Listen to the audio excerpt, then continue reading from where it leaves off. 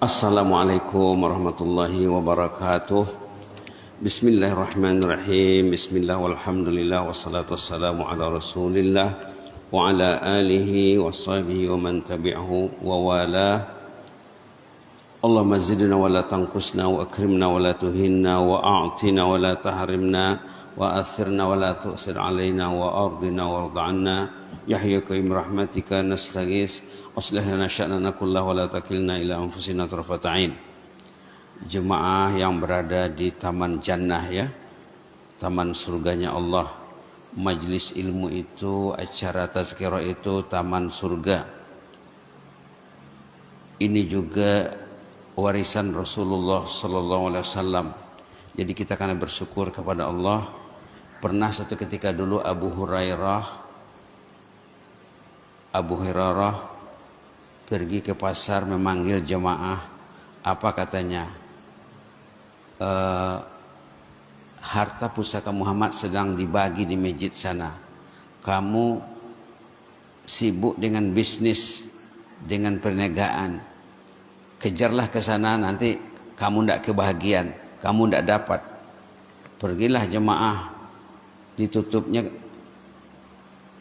kedainya, tokonya, pergi ke masjid. Tidak nampak orang membagi-bagi harta di sana. Lalu berjumpa lagi dengan Abu Hurairah. Tidak ada orang membagi harta. Itu orang bicara ayat Quran itu, bicara hadis itu harta Muhammad katanya. Orang yang salat fardu, salat sunat, salat berjamaah itu harta Muhammad. Yang dikatakan dalam hadis, apa katanya? Rasul tidak meninggalkan dinar dan dirham. Yang ditinggalkannya adalah agama Allah, Quran dan hadis. Siapa yang mengambilnya, merebutnya, katanya faqad akhadha bihaudzin wafir. Pagi hari berbicara tentang ayat Quran, tentang hadis Nabi, dapat satu bonus haji yang sempurna. Kan luar biasa ya. Patut kita bersyukur kepada Allah serta bersalawat dan salam ke atas Rasulullah sallallahu alaihi wasallam. Allahumma shalli ala sayyidina Muhammad wa ala ali sayyidina Muhammad kama shallaita ala sayyidina Ibrahim wa ala ali sayyidina Ibrahim fil alamin innaka Hamidum Majid. Kita masih bicara tentang ayat kursi. Dari pertemuan kelima, di antara oleh beberapa pertemuan, ada 3 pertemuan, sekarang pertemuan ke-6. Dan kita bacakan hadisnya lagi ya. Dulu di awal sudah dibacakan. Dalam satu hadis riwayat Imam Nasai, Ibnu Sunni dan lain-lain, Rasulullah pernah merangsang, mendorong kita untuk membaca ayat kursi sesudah salat. Man qara ayatul kursi fi duburi kulli salah fi duburi kulli salatin maktubah lam yamna'u min dukhul jannah illal maut. Ini ya. Siapa yang tekun membaca ayat kursi selesai sholat fardu, jangan tinggal ya. Katanya kalau orang itu meninggal dunia, dia akan masuk jannah. Ini termasuk faktor-faktor yang melayak orang itu masuk jannah yang dibahas dalam buku Mudahnya Jalan ke Surga. Ini dalam kategori zikir dan doa. Kita ada bicara, hari ini kita akan bicara tentang bahwa ayat kursi ini akan memberi syafaat ataupun yang terkait dengan syafaat. Allahu la ilaha illa huwal hayyul qayyum la ta'khudhuhu sinatun wa la naum lahu ma fis samawati wa ma fil ard man dzal ladzi yashfa'u 'indahu illa bi iznih. Ini yang mau dibicarakan sekarang. Man dzal ladzi yashfa'u 'indahu illa bi iznih. Tidak ada yang bisa memberi syafaat pada sisi Allah nanti tanpa seizin Allah. Ini tentang syafaat. Ini sangat penting ya. Tentang syafaat. Kita selalu bicara mengharapkan syafaat Nabi. Kita selalu bicara tentang mengharapkan syafaat Nabi. Syafaat Nabi yang nomor 1 dalam hadis sahih katanya, bagi orang yang berdoa sesudah azan. Doa sesudah azan itu mendoakan Nabi Muhammad. Dan berdoa sesudah azan itu berdoa waktu mustajab.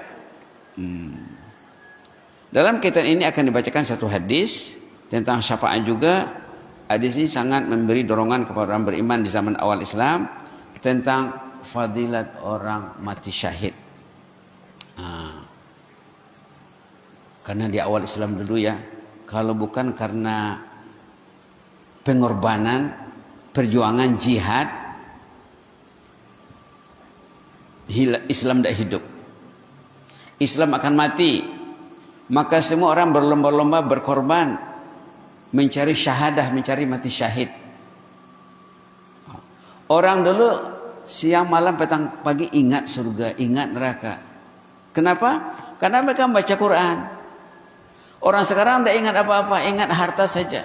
Makan, minum, rumah, kendaraan, pakaian, keluarga, mall, pasar, puskesmas. Tidak ingat jannah, tidak ingat nar, tidak ingat kubur. Karena kita jauh dari Al-Quran. Orang dulu hidupnya Al-Quran. Al-Quran. Rasulullah malam hari sesudah Isya akan memantau, melihat rumah-rumah penduduk. Rumah ini baca Quran, rumah ini baca Quran, rumah ini baca Quran, rumah ini baca Quran. Itu belum lagi Quran di waktu tahajud. Ada yang pukul 2 sudah bangun baca Quran. Ada yang pukul 3, sejam sebelum subuh. Rumah-rumah mereka diisi dengan Al-Quran. Begitu. Maka mereka berlomba-lomba untuk mengejar mati syahid. Ini hadis yang akan disebutkan ini terkait dengan mati syahid. Katanya di sini, li syahidi indallahi sittu khisal.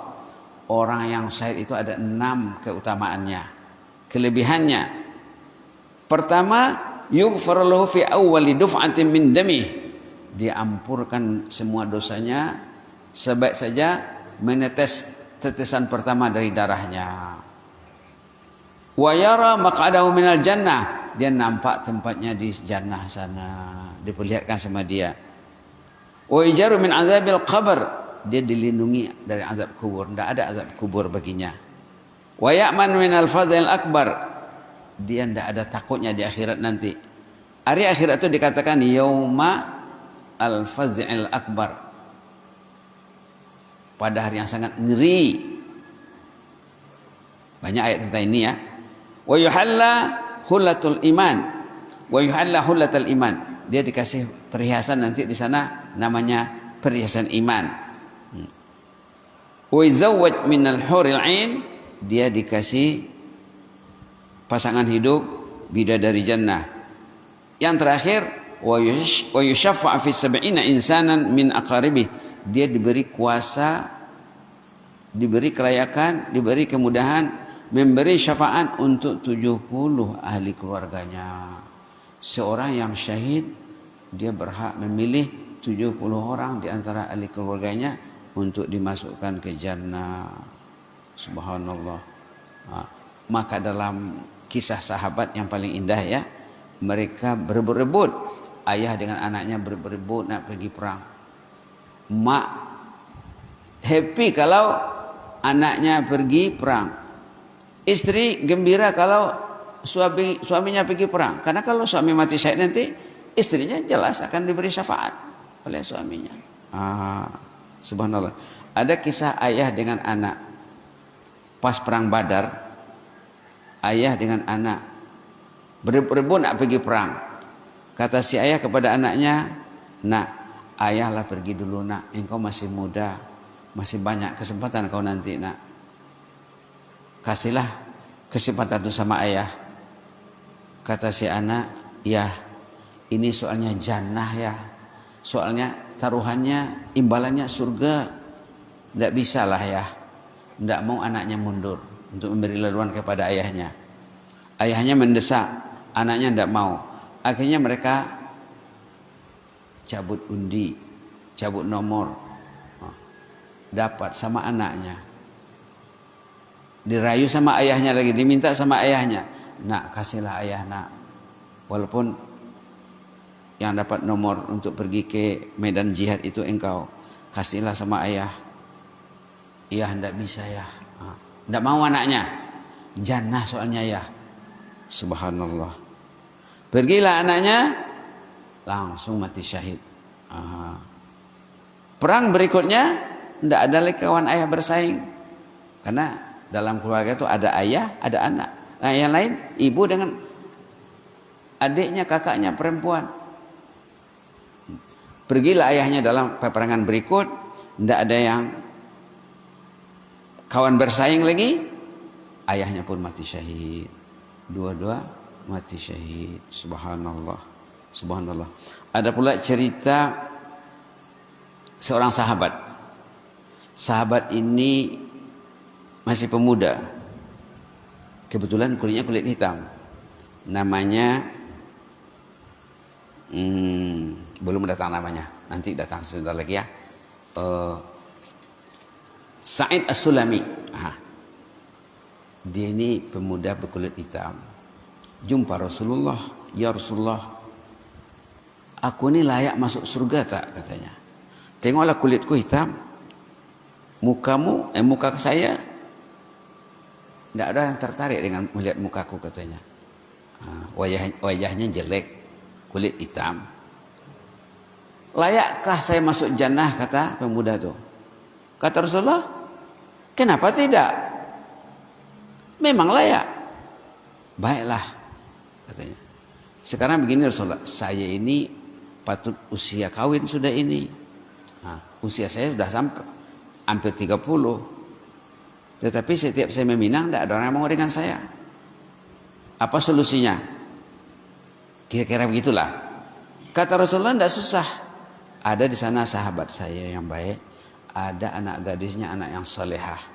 Pergilah meminang ke sana. Bilang saya yang suruh. Kata Rasulullah, wah, dapatlah ini, katanya. Dia pun pergi ke rumah Pak Cik tu, bapak itu. Pak, ini rumah bapak Fulan bin Fulan. Iya. Sebenarnya yang menyuruh saya datang ke sini Rasulullah, Pak. Bapak ada anak gadis kan? Iya ada. Itulah Rasulullah menyuruh saya meminang anak gadis bapak. Subhanallah. Bapak ini tak siap untuk menerima orang ini sebagai menantunya. Maka dibilang sebagai bahasa diplomasinya, biarlah berpikir kami dulu. Nanti kami jawab. Oh, ini tidak dapat lah ini. Tidak gol ini. Dia pun pulang dengan kekecewaan. Si anak gadisnya mendengar komunikasi antara pemuda dengan ayahnya. Ya, apa kata pemuda tadi itu? Dia katanya nak meminang kau. Maukah kau orang macam itu? Kira-kira begitulah ya. Ya, dengar ceritanya dulu ya. Ceritanya Rasulullah yang menyuruh. Ya, kalau Rasul yang menyuruh, yang terima sajalah. Nanti datang wahyu, malu keluarga kita ya. Di sana kan dulu kan sedikit ada wahyu. Oh, baiklah, kata saya. Dicobanya mengejar pemuda tadi, mana dapat dikejarnya. Pemuda itu sudah sampai ke tempatnya Rasulullah. Macam mana? Belum berhasil ya Rasulullah. Katanya mereka masih berpikir. Pas datang orang tua perempuan tadi. Engkau yang menolak pinangan aku itu? Bukan ditolak Rasulullah. Tadi berpikir sebentar. Sekarang kami sudah setuju. Subhanallah. Sekarang kami sudah setuju. Oh, alhamdulillah, kata Rasulullah. Yang si pemuda ini pun happy dia, gembira dia. Kemudian si ayah si gadis pulang. Kemudian apa kata pemuda ini dengan Rasulullah? Ya Rasulullah, saya memang patut kawin. Tapi tidak ada modal nak kawin ini. Kekurangan modal ya Rasulullah. Kata Rasulullah, tidak masalah. Pergi jumpa Abu Bakar, jumpa Umar. Ada disebutnya 4 orang sahabat terpenting. Minta di sini contohnya, kalau di Indonesia contohnya berapa? Di sini 50 juta, ada 4 orang 200 juta nanti. Dah cukup itu. Terkumpullah duitnya. Pas mau membeli keperluan pesta, keperluan horja, barale, datang panggilan jihad. An-Nafir, jihad. Dibelikannya duitnya ke kuda perang, baju besi, peralatan perang. Oh, ini masuk jannah lah saya ini. ada modal untuk pergi ke medan perang. Pergi dia ke medan perang, lupa nak kawin. Kemudian di sana mati syahid dia. Dilihat oleh Rasulullah sudah sampai ke surga, dirangkul oleh istrinya di jannah sana. Subhanallah. Nah, tengok untuk syahid itu ya. Maka orang syahid ini dikasih prioritas mensyafaatkan 70 keluarga pilihannya. Begitulah tentang syafaat. Kita pilih dulu tentang orang yang mati syahid. Nanti menyusul lagi nanti kategori-kategori lain, termasuk orang yang disyafaatkan Nabi, orang yang disyafaatkan malaikat, orang yang disyafaatkan orang saleh, orang yang disyafaatkan oleh temannya. Teman-teman yang baik ini akan saling membantu nanti di sana. Nah, jadi pergaulan orang beriman bukan di dunia saja, sampai ke jannah. Nah, begitulah Islam mengajar kita. Maksud ayat dalam surah dalam ayat kursi tadi, hanya Allah memberi kuasa kepada orang untuk memberi syafaat. Nah, mudah-mudahan kita tergolong di dalamnya ya. Kita jangan mensyafaatkan, jangan disyafaatkan. Kalau bisa ya, kalau boleh kita mensyafaatkan, jangan dibantu. Kita membantu patutnya, menyelamatkan, membantu satu sama lain. Ada juga ayat lain nanti tentang syafaat teman terhadap temannya. Mudah-mudahan bermanfaat. Berlanjut lagi nanti tentang syafaat, pentingnya syafaat. Jazakumullah khairan. Inni uhibbukum fillah wa astaudiukumullah. Wassalamualaikum warahmatullahi wabarakatuh.